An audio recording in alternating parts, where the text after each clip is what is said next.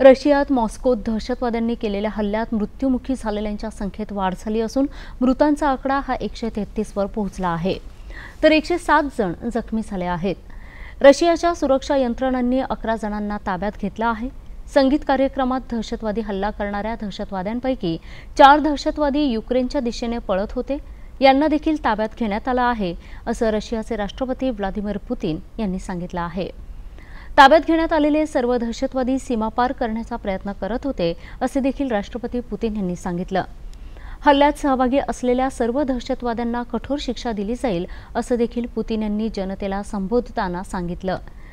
राष्ट्रपती पुतिन यांनी आज रशियात राष्ट्रीय दुखवटा देखील जाहीर केला असून ताब्यात घेण्यात आलेल्या 11 दहशतवाद्यांपैकी 4 दहशतवाद्यांचा हल्ल्यांशी थेट संबंध आहे, अशी माहिती रशियाच्या लोकप्रतिनिधींनी दिली आहे.